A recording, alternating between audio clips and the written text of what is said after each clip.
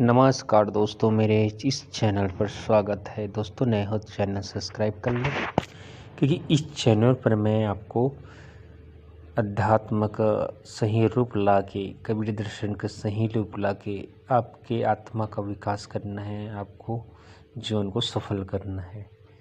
दोस्तों, आज बात करेंगे 4 राम। जी हाँ, कबीर जी ने 4 राम बताया है। उस 4 राम को आप यहाँ पर जानेंगे, तो ध्यान से सुनिएगा। एक राम दशरथ का बेटा,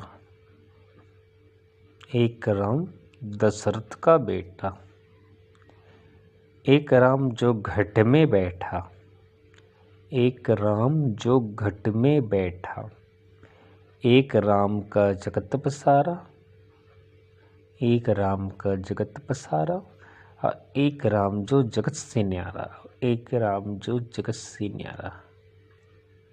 ये 4 राम हैं। अभी चारों राम कौन कौन से हैं?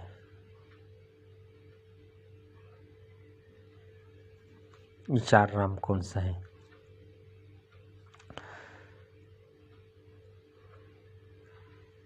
तो ये 4 नाम सुनो। एक नाम दशरथ का बेटा, ये जो घट में बैठा है, तो घट में बैठा कौन है? मन, परमात्मा नहीं। कहते हैं ना कि हर घट मोरा साईं सोनी से जिन कोई। तो वो जो घट की बात कर रहा है, वो घट का दरवाज़ा ऐसे ही नहीं खुलता है, आप खोल ही नहीं सकते, कलयुग में तो और ख़ास। इसलिए सदगुरु की शरण जाना पड़ता है। तो एक राम दशरथ का बेटा, अभी दशरथ के बेटा त्रेता युग में आए, अपना लीला किए, भक्तों को उपदेश दिए, कल्याण किए और फिर चले गए शरीर छोड़कर। अब उसको पूजने से कुछ फ़ायदा भी नहीं होगा। हाँ, उसने क्या कहा उस पर चलना है तो फायदा हो सकता है। तो उसने कहा था नवधा भक्ति में कि प्रथम भक्ति संतन कर संगा। राम जी ने कहा था कि एक काम करना, तुम संतों के पास चले जाना, प्रथम भक्ति संतन कर संगा, ये कहा था राम जी ने। हाँ, इस बात को मानोगे तब फायदा होगा, लेकिन अगर उसको पूजा करोगे तो कुछ फायदा नहीं होगा।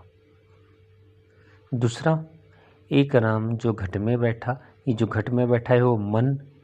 तो मन का भी आप साधना द्वारा जो लोग अंदर समाधि लगाते हैं, और उस मन के अव्यक्त रूप से जुड़ जाते हैं, समझते हैं निराकार है, यही परमात्मा है, ये भ्रम है, वो भी ठग देता है। एक राम का जगत पसारा। अब कहते हैं कि परमात्मा तो सब जगह है, तो जो जगत में प्रसार के बैठा है उसको ही परमात्मा कहते हैं। अब इसका 2 रूप है। माया भी सब जगह है, ये मेरा दौलत, ये मेरा बेटा, ये वो, तो पूरा जगत को माया प्रसार के बैठी है। और एक राम जो जगत से न्यारा।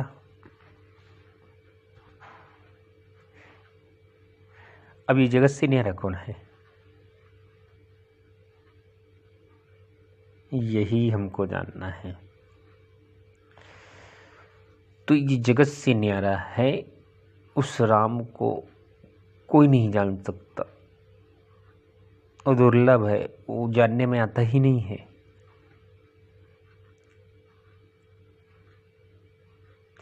तो दोस्तों, ये है यहाँ पर 4 राम।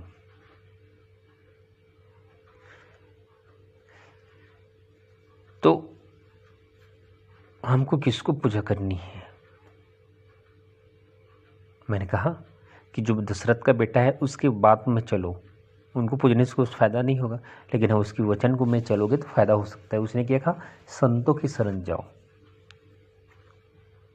तो आपको फ़ायदा हो जाएगा।